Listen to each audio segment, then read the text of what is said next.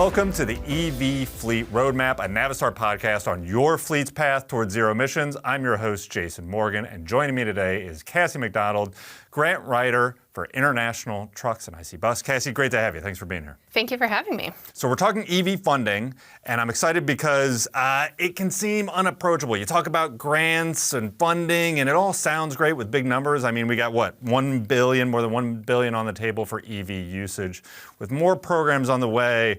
But how do fleets get involved? How do we make this approachable? Absolutely. So grants can be an intimidating word. It can be a scary word, but really, if you have trusted advisors within International and IC Bus, we're able to help kind of filter through and navigate those terms with you. There is a lot of money out there.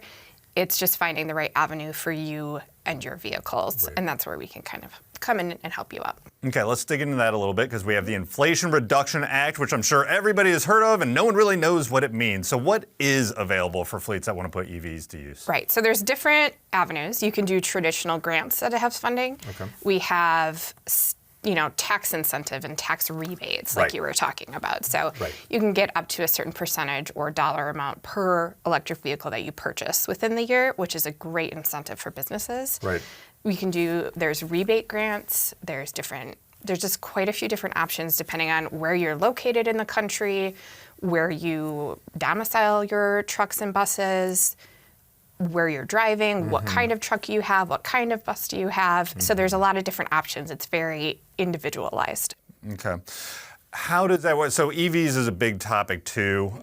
Trucks and buses, commercial vehicles are a component of that. Are there any differences there in terms of the tax incentives versus grants versus other avenues? Yeah, I would say there is quite a bit of difference, especially by state. Okay. I would say right now, federally in particular, there are quite a few more opportunities for electric school buses because of a push by regulations from the EPA. Right.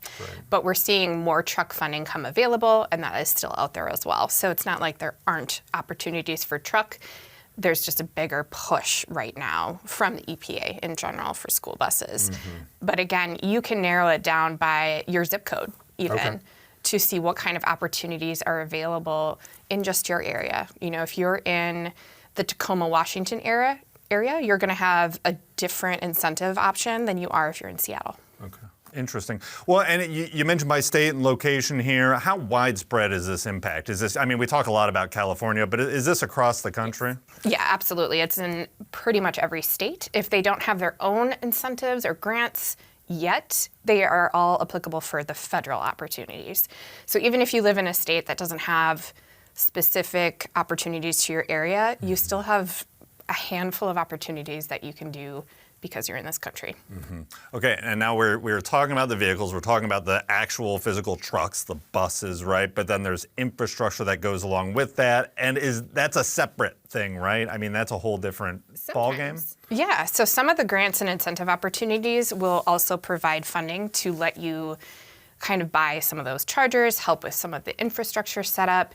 It's, again, very dependent on the grants. Sometimes you can get up to 80% for a charger. Sometimes you can get up to 80% for a truck. Sometimes both. Sometimes just one or the other. I see. I think this is an important part for getting in now for grants as well, because we are seeing funding for that infrastructure piece. Right. And I think that's such an overwhelming component because you have to find a place to install the chargers, keep them, repair them, and we can make that less overwhelming if we have those incentives and those grants. And we do have those out there.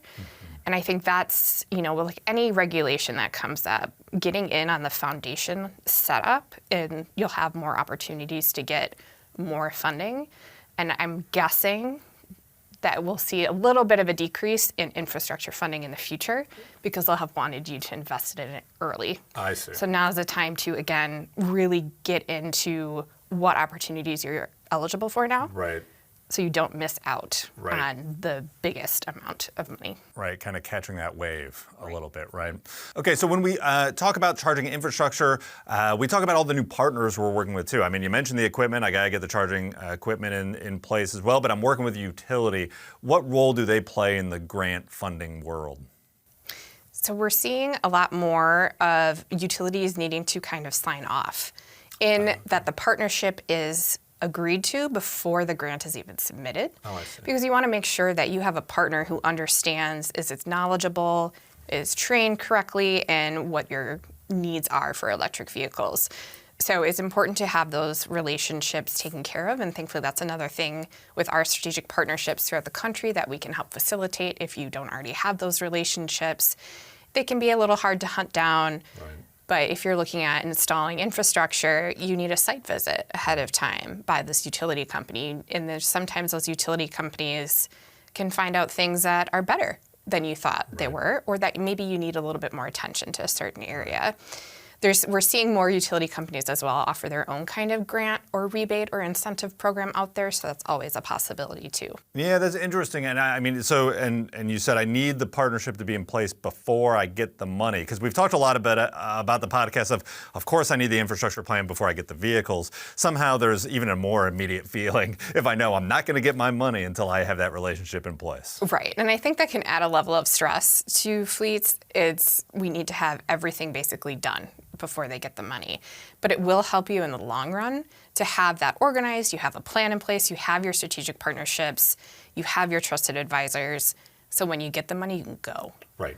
And that's really helpful. And things will already be in process, and that's where you can go. So you don't have to keep adding years on to your waiting program for that. Right, and on the international truck and IC bus side, I mean, it's all a cohesive team there. So I'm already working with the group to get the charging in place, to get the equipment spec'd out and where I'm going to need it. And then the grant comes in, and it's not like a new thing for you all. You're aware of it. Absolutely. We work directly with our sales team, who work with our dealers, who are directly talking to operations, make sure we have the lineup, can we get the trucks available in time, whatever that looks like. It's going to go through the whole line at International and IC. It'll be all covered. Okay, well, let's back up for a second and let's pretend, we don't pretend very hard, that I know nothing about anything in terms of money, and I don't understand it. And we've talked about grants and tax incentives. Can you just give me a very basic version of here's what a grant does, and here's when you get the money, and here's when the tax incentive happens, and how that impacts you financially? Can you give me just a basic rundown of that? So I'm going to split the grants actually into two different kinds of grants. Okay. So we're going to have a traditional grant, I will call it, where you have to kind of write up your process. I think this is the grant that comes to mind when people think of grants. So you have to write out a narrative or essay, a kind of portion, just to say why you're committed to this project, what you're going to do, and how you're going to keep it going. I see.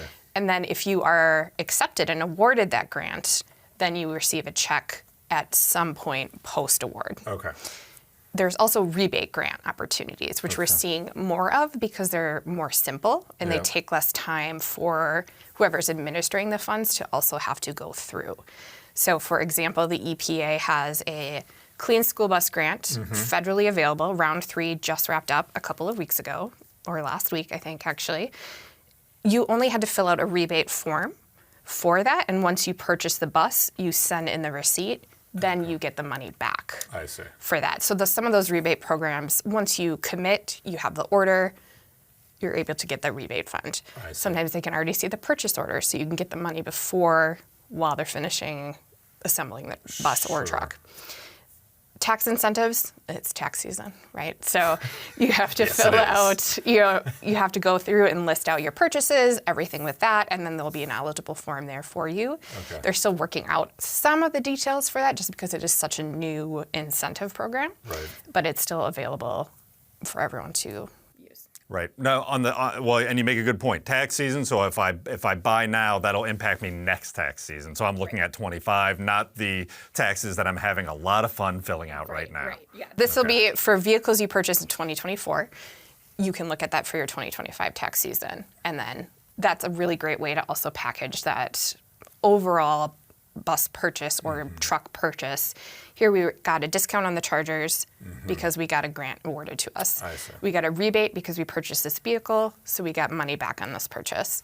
And then we'll also get money back because we'll get a tax incentive for purchasing the equipment or vehicle. Okay, I see. So you can lump it all in. You can hit these multiple times. Yeah, and that's a nice thing about grants as well is we use the term stacking or stackable. Oh, okay. You can actually use multiple grants sometimes for the same vehicle, same fleet, same charging program.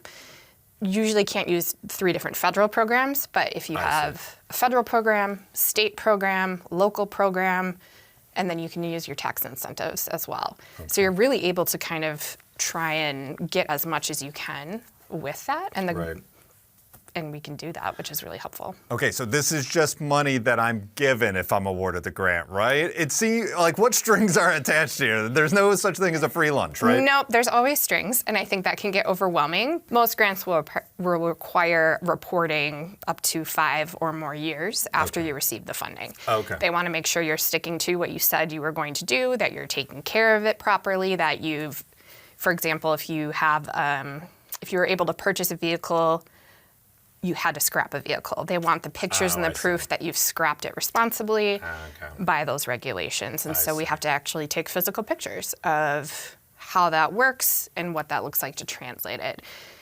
It's with federal grants specifically, there's going to be a little bit more strings attached because it's taxpayer money that's funding these programs. And so they need to do extra due diligence to make sure that the taxpayer money is going to where they said it was going to go to. Right.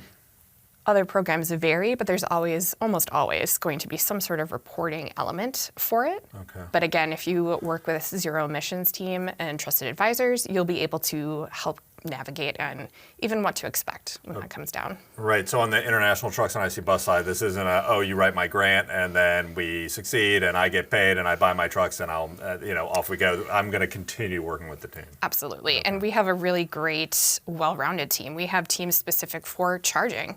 So getting them in earlier while we're talking about grants and where you can put that charger. How many do you think you actually need? What is the maintenance for that? What does that look like? Right. And then talking about the components of the actual vehicle purchase. So we have a really great team that can help with every aspect of this and moving forward. Right. Well, and we've talked a lot about that on this podcast from the operations side. I think the financial side, getting help with that is really interesting. I mean, even going back to it, right, the reporting up to 5 years, I'm going to try to apply it now. Is that only in a traditional grant where I've written out, okay, this is my plan and this is what I'm going to do? Or is there reporting after the rebate? Because I felt like that was maybe just, okay, I've made the purchase and here's my rebate. What's that reporting like? The catch up on grants is it's going to depend on each grant. Okay. But that's why you have people like me Right. and our grant team that can help you with this. Some of the rebates will require very simple reporting. How many miles are you getting per year on the vehicle? What is the charging life? Did you scrap this vehicle properly? Right. We need to see evidence of that. They give you a certain time. I think there's usually a year or 2 years to be able to scrap the vehicle before you move forward. So each grant's going to have a different qualification system. Even within the EPA or the Department of Energy or the Department of Transportation, they could be releasing funding under different names, and the applications are all going to look very different. It doesn't mean it's not impossible, it doesn't mean it's too complicated. We just have to read through and help understand what we're going to need for each one and if this is going to work for your specific fleet. Right. Okay, so if I'm a fleet, whether let's say either on the truck side or the bus side, right, the school bus side, I want to get involved in this. I want to have the conversation. What do I need to do on my side to prepare and get my info all lined up to make sure that I can help you do your job? Absolutely. The earlier the conversation, the better. Okay. So a lot of times for federal grants in particular, we may know about it, that it's coming out for a year in advance, but we don't actually gain access to the application itself until 30 days before the due date. So you may need to do a lot of prep work up to that, and then we have a very limited amount of time to actually enter in all of the information and application process. So starting conversations now is always a great idea, because then we can also tell you what we think is coming up, what you could be eligible for, what to prepare for your fleet. Some examples I think of what you might need is if you're scrapping vehicles, for example, we need a copy of the actual title for that vehicle scanned in and sent to the funder. Okay. So if you're scrapping 25 buses, that's 25 individual titles. Okay. That can take some time to gather. Maybe you have a central office that has all the titles and you need someone to go find those specific 25 titles, scan them in one by one. That just takes time. Most things with grants aren't incredibly difficult, they're just time consuming.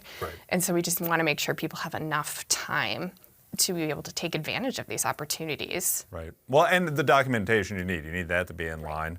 On the, I mean, you mentioned that you know about the grant, then you have a 30-day window deadline to get. How competitive is it? I mean, to your start now point, I mean, if I'm a fleet doing it, how many other fleets am I competing with? And I want to win that grant, right? So it depends on the grant. Some of the rebates will be a lottery system. Some will be a competitive process. Some will be, if you're in the zip code, we were going to spend this money until it's gone. Okay, interesting. So there's a lot of first come, first served opportunities out there right now. The state was given, Wisconsin, for example, was given a specific amount of funding for these 3 years. Then they will spend it until it's gone.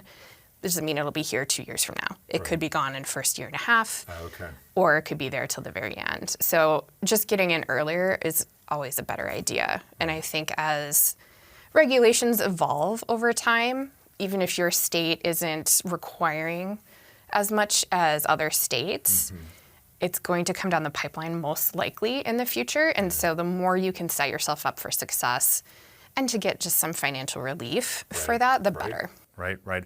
Okay, so I know what I have to do on my side. What about on the international truck and IC bus side? How do you help customers? What should I expect to see, on a day-to-day or month-to-month or even year-to-year with some of this reporting basis? What should I expect? Yeah, from a grant perspective, we are able to help with a couple of different tools that we help project lead, and then we also have our internal team.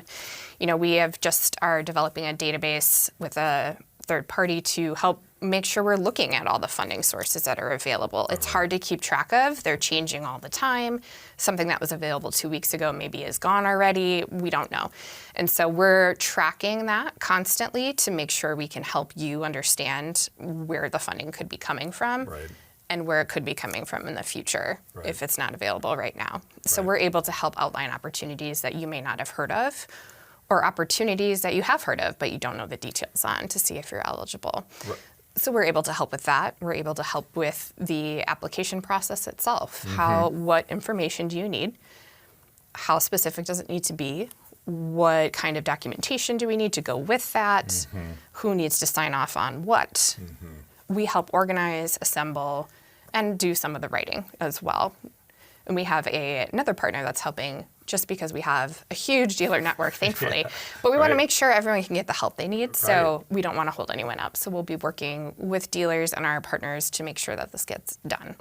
And then we'll also talk about reporting and how to set yourself up with that. Right. Well, and even as you're talking about it here, just the scope of it, any fleets think, oh, you know what, I'll just figure that out. When the time comes, I'll figure it out. But to your point, if you don't start early, there might not be any money left. And yeah, there's no way that, the fleet's job is full-time running vehicles profitably, right? Not understanding the grant world, which sounds complicated, but you've made it approachable here. Yeah, it can be a very simple process. But if you're like, oh, this is a rebate form, it'll take me like a week. And you log in and your sam.gov account doesn't work. And that's not an easy or fast process to get back into the swing of things. And so we're able to do some of those applications on people's behalf. Or, oh, I didn't know I needed titles for all these, and now I have 8 hours before the deadline, and I'm in a different state than wherever this is. So it's just having those conversations, and just at least having those conversations with us and your trusted advisor. That's what's going to put you a little bit above the game, so you don't have that stress that I think is also always associated with grants, is that deadline stress that you have to face, and we can help alleviate that. Cassie, thanks so much for joining us, opening this world up for grants and funding. I learned a lot. Appreciate you being here. Thank you so much for having me. I know it's a complicated world. It can be an overwhelming world. Why is it worth your time? But that's why we're here. This is what we specialize in, and we're going to be here for the long run to help you through this and make sure you're getting whatever help you can to make sure we're switching over to electric. Perfect, thanks. And thank you all for joining us. Be sure to check out the International Trucks and IC Bus Zero Emissions page. Go to the EV Fleet Roadmap page for even more episodes. And hey, if you're going to ACT Expo, be sure to swing by the Navistar booth and say hi. Thanks again for watching.